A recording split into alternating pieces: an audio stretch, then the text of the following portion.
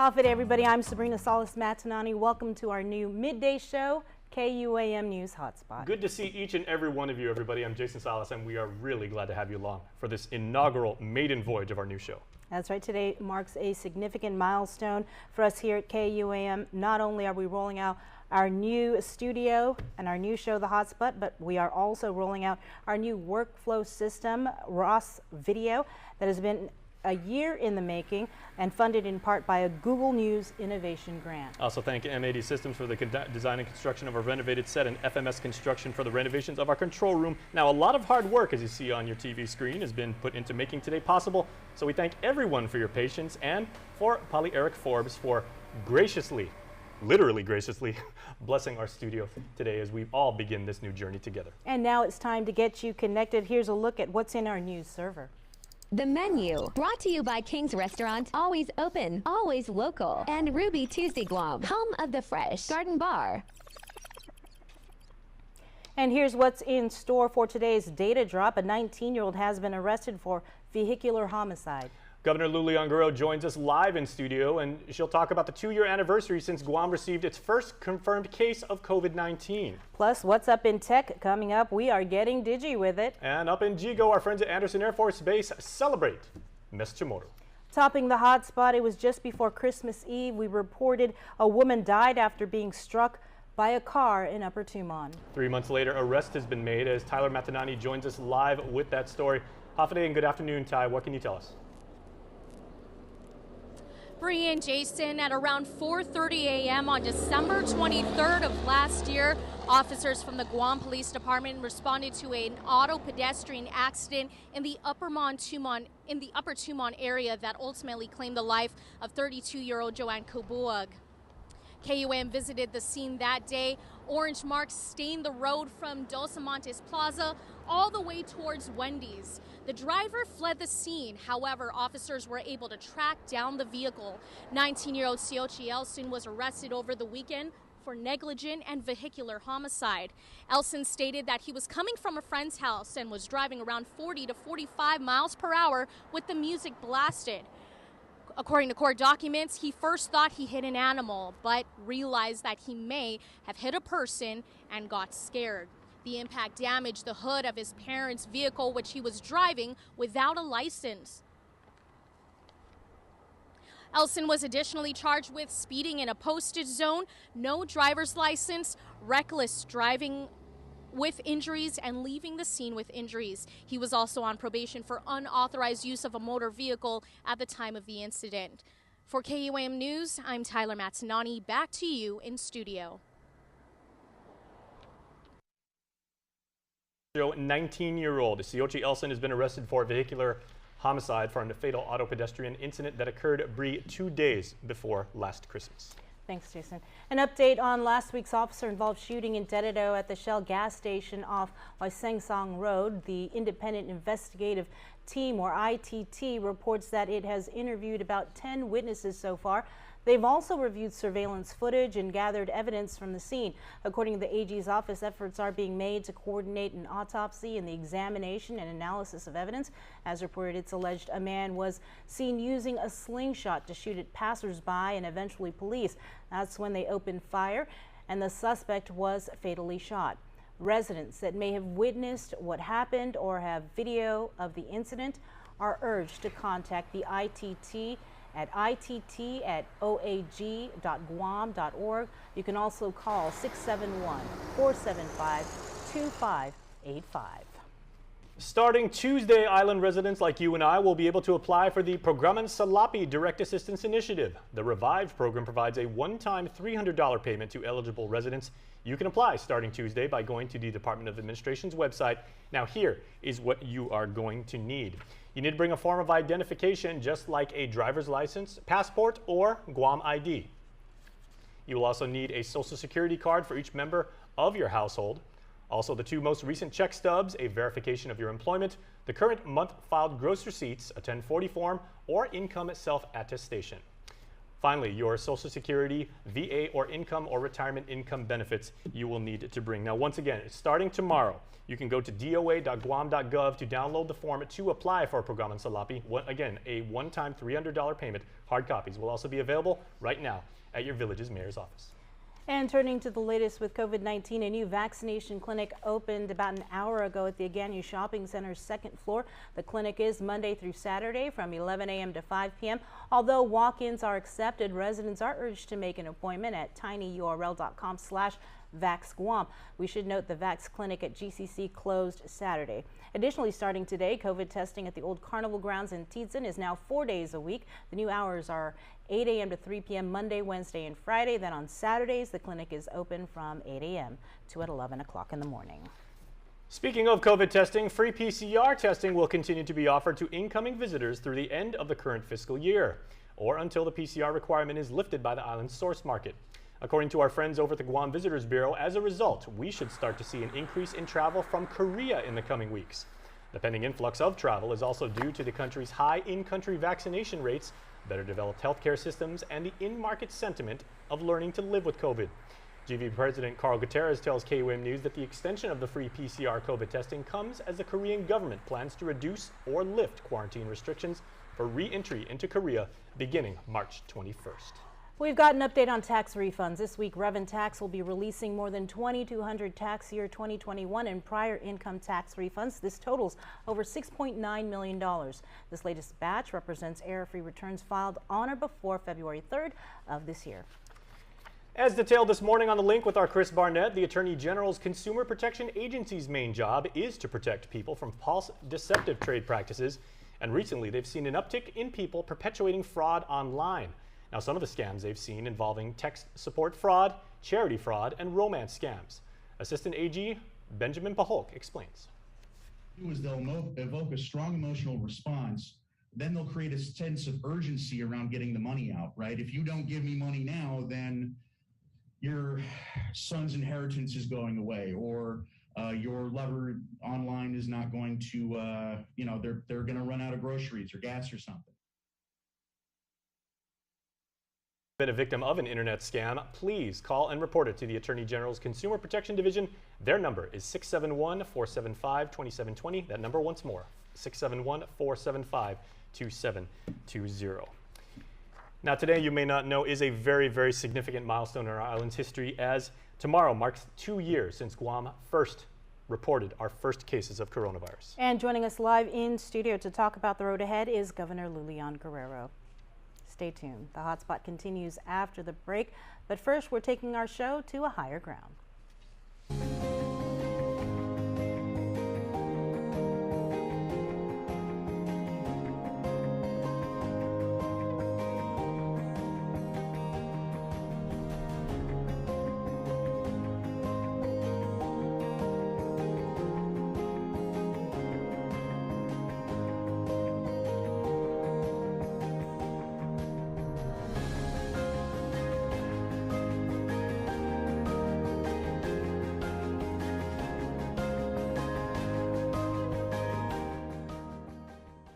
The first to hit this area. We've weathered many storms and faced many highs and lows since we started broadcasting almost 70 years ago. But our community has never experienced anything like what we have in the past 2 years.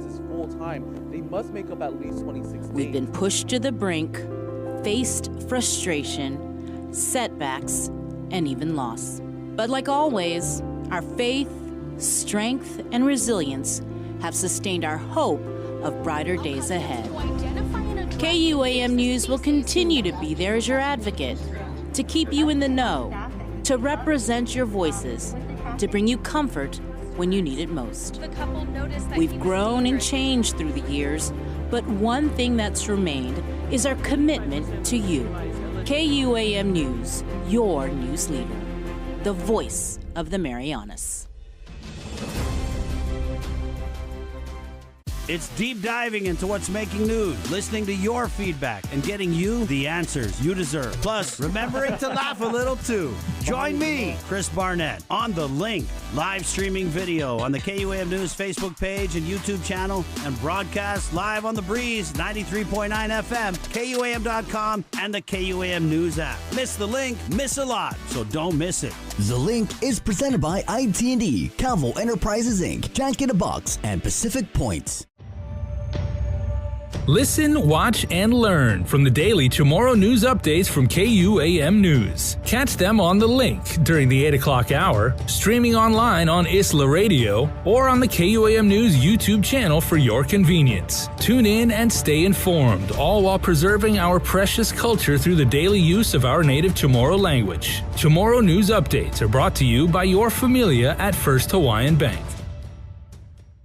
The KUAM Podcast Network is back and on demand, featuring a great variety of podcasts from our island and region, including culture, lifestyle, awareness, crime, politics, commentary, comedy, and entertainment. Available on most streaming platforms. The KUAM Podcast Network. Subscribe and listen now.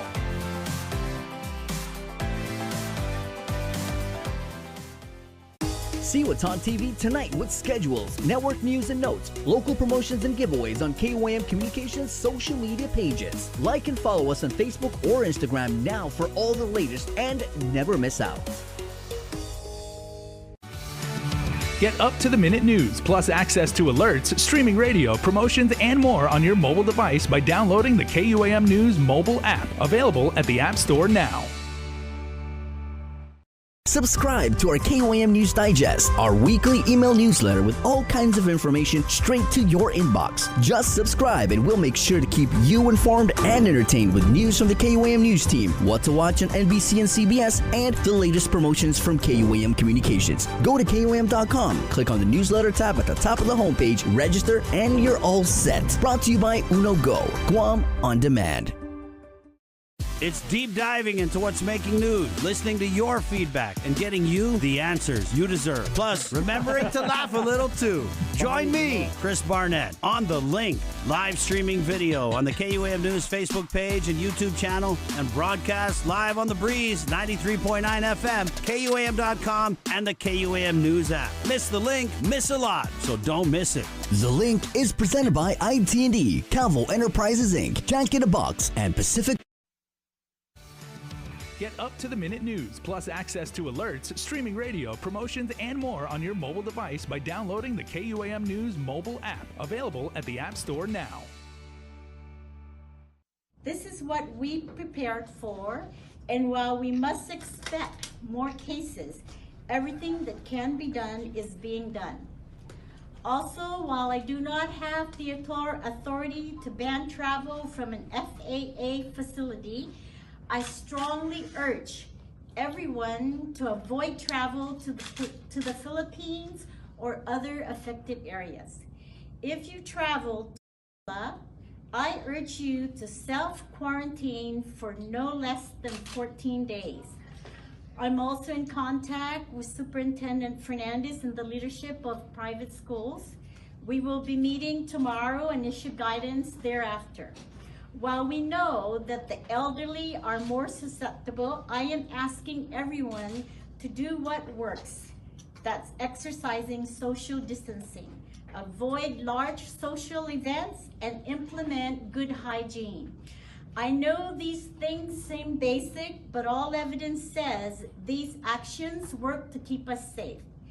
Every resource we have, every expert at our disposal is being used to implement our plan.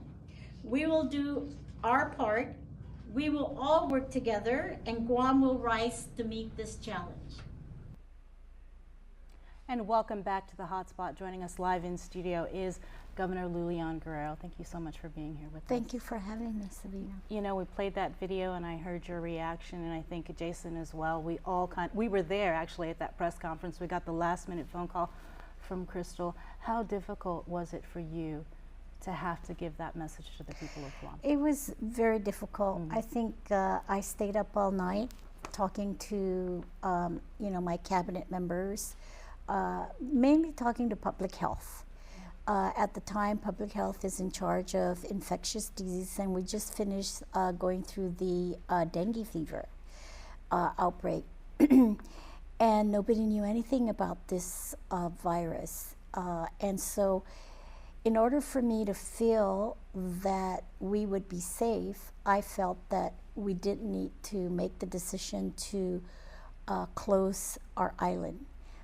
We couldn't, we had no control over the airlines or all of that, but we were able to control and somewhat monitor people coming in.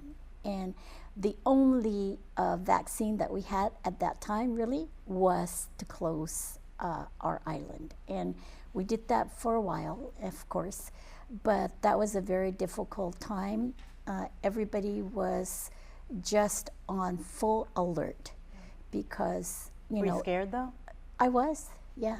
It was one of the most difficult and one of the scariest time, because knowing as a nurse how a pandemic works and what results, and I was fearful for the lives of our people. At the time, my main focus was to save lives. And I'll tell you, Sabina, when we would communicate with FEMA and CDC, and they would do this model, right, predictive model, they were predicting that if we didn't do anything real urgently, quickly, and respond with a lot of flexibility and a lot of emergency, we would stand to lose 3,000 people. That was their prediction. Yeah, And I remember that. It was Dr. Cabrera. He did the whole flow chart, right? And I had to look at that a few times because I wasn't sure, did that really say 3,000? Yes. So, yes, but here we are today, 337, right, I think. 337 fatalities, over 46,000 positive cases, and this is just 2 years later. I don't know, is there any lessons you think that you've learned? How do you feel that your administration has handled the COVID response? I believe really, not just from experience, but also from full commitment, that our leaders, my administration, myself, has responded extremely well with this pandemic. We used science to base our decisions and data. And I also solicited the help of experts in the medical field, in the public health field, in the economic environment, in the hospital. And as I looked at everything, the overriding focus is save lives and do not overwhelm our hospital system and our healthcare delivery system. So those were the major guiding principles and focus that I used to make those decisions. And as you know, Sabrina, there were a lot of critics there, but I'll tell you, there were more people out there in the community that appreciated our quick actions, and that they appreciated that I stood firm. And I was very confident in the decisions that I made because of my nursing background and my public health background. Plus I knew who my experts were and who I would rely on. And the great attention that the federal government had with us. CDC was very responsive. The Health and Human Services were very responsive, and so forth. So we really had federal partners, we had local partners, and we had our experts. So I had all the positive factors in place to help with this pandemic. Just recently in one of your latest address regarding the lifting of social gatherings, restrictions and limitations. What about the mask mandate, and also, just take it a step further, the public health emergency in terms of lifting it? Right. Mask mandates for me would be the last thing that I would lift, just because I have seen its effectiveness. I'll just tell you as a side that our incidence of respiratory infections, not COVID, but respiratory infections have decreased tremendously. The doctors and the nurses and public health infectious disease experts say it's because we wear our mask. And you don't hear very much about flu. You don't hear very much about the cold. So mask mandate, I think, is going to be the most effective. It's the most effective and less, I think, expensive and very simple to do to prevent transmission and infection. As far as public health emergencies, I will continue to issue public health emergency executive orders as long as we remain in the high risk status, and we are. We are still in the high risk status because according to CDC numbers, as we compare it, our positive cases per 100,000 is still pretty high. And once I start seeing that and we start going through moderate, and I am assured that if we lift public health emergency, all other circumstances remain. Like, for example, we will still get federal assistance. Okay. Can we still use treatments that are only emergency authorized use? Can we still get the vaccines? Can we still get our resources if I lift the public health emergency? Programan Salapi, it launches tomorrow. Applications are going to be available for people to apply. It's at $300 per one household, time. yeah. Right. Some people are saying, Gov, it's not enough. What would you say to them? You know, we have, since this pandemic, put money into the hands of our people. We've done it by standing up a PUA system, which is, of course, the unemployment, and we got great help from there. We did it for EIP, which we got great help from there also. We've done local funds. We've done Programan Salapi the very first time. We've done the All Rice program.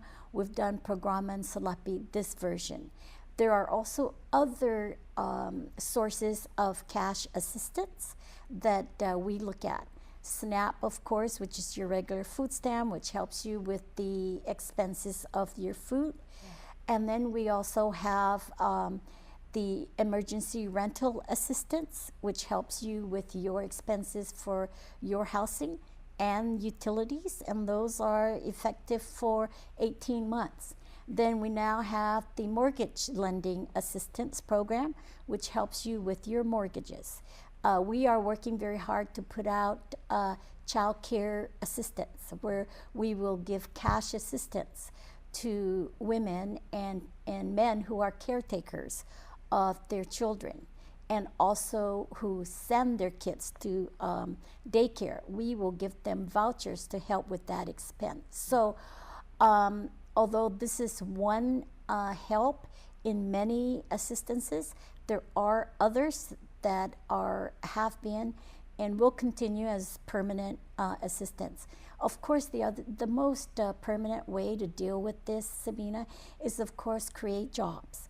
And in our working with the small business with our LEAP program, one of the reasons we are pushing those monies out to help small businesses remain operational is so that they can continue employing their employees and creating jobs. We work very close, so we need to look at the workforce, right? Workforce development. How do we shift people from hospitality now to other sources of economic assistance, right? Or income, and that is shifting their skills, and we work very closely with GCC. So we don't just look at the immediate help, that's very important, but we also look at what is our strategic direction to make it a much more permanent kind of assistance to improve the incomes of our people.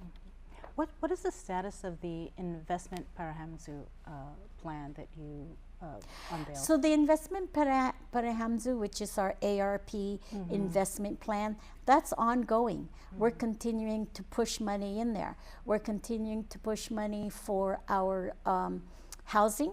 We're continuing to push money for workforce development. We're continuing to push money in for public safety and also highways and road construction. You see it very evident throughout the island. And many things like that that we would like to use. Education is another one, and healthcare, of course, is another. And I did want to ask you before we do let you go, one thing that the pandemic has really shown is our vulnerabilities in terms of healthcare, the hospital. And so I know that you've committed more than $100 million, I believe, for the construction of a new hospital. What is the latest with that? Are we still looking at? So we are, yeah, we're still looking at Eagles Field. And I just want to say that when we decided on Eagles Field, we did do surveys and assessment of other sites. And if you know where Eagles Field is, it's very close to the highway, main traffic point.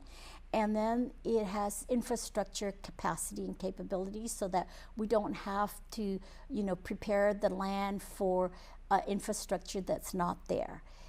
That's very important, and that's what I'm going to use the $100 million is to prepare the property, the land, so that when we are ready for construction, it's all ready to build the hospital, public health, Guam Behavioral Wellness Center.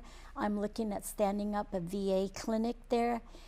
So it's all in one consolidated area, Sabina, so people don't have to be inconvenienced going from one place to another to get their healthcare services, their social services, and their mental health services. Well, again, thank you so much, Governor, for being our very first guest, our very first in-studio guest, I think, in two years. Oh, I'm honored. Yeah, so I guess tomorrow, 2 years since we had our first 3 COVID cases. We're coming out of COVID, hopefully real soon. Your message to the people of Guam? I just want to say thank you for all that you have done to help us get where we are safe today. Vaccinations, I thank everybody for coming out, rolling up their sleeves, getting their shots. I encourage boosting to continue doing that.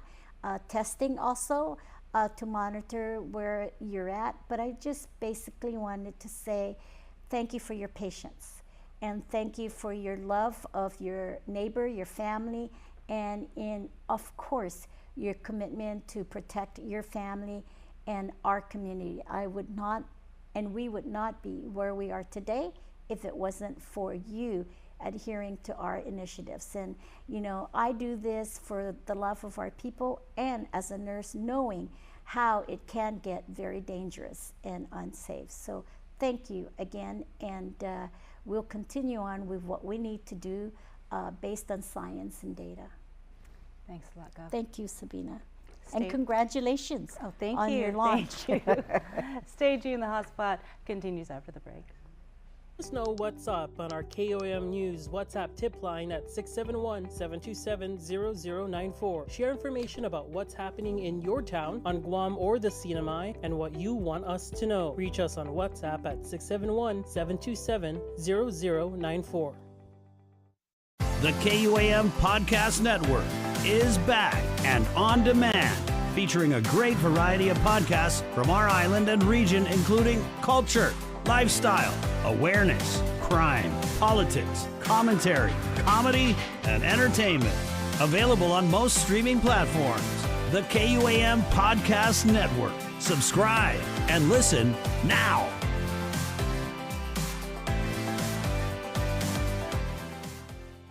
See what's on TV tonight with schedules, network news and notes, local promotions and giveaways on KUAM Communications social media pages. Like and follow us on Facebook or Instagram now for all the latest and never miss out. Get up-to-the-minute news, plus access to alerts, streaming radio, promotions, and more on your mobile device by downloading the KUAM News mobile app, available at the App Store now. Listen, watch, and learn from the daily Tomorrow News updates from KUAM News. Catch them on the link during the 8 o'clock hour, streaming online on Isla Radio, or on the KUAM News YouTube channel for your convenience. Tune in and stay informed, all while preserving our precious culture through the daily use of our native Chamorro language. Tomorrow News updates are brought to you by your familia at First Hawaiian Bank.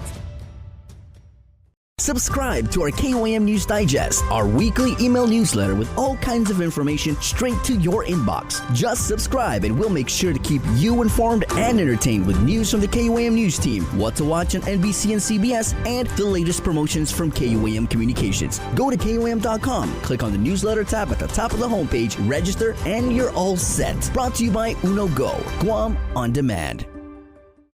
It's deep diving into what's making news, listening to your feedback, and getting you the answers you deserve. Plus, remembering to laugh a little too. Join me, Chris Barnett, on The Link, live streaming video on the KUAM News Facebook page and YouTube channel, and broadcast live on The Breeze, 93.9 FM, KUAM.com, and the KUAM News app. Miss The Link, miss a lot, so don't miss it. The Link is presented by IT&D, Calvo Enterprises Inc., Jack in a Box, and Pacific Point.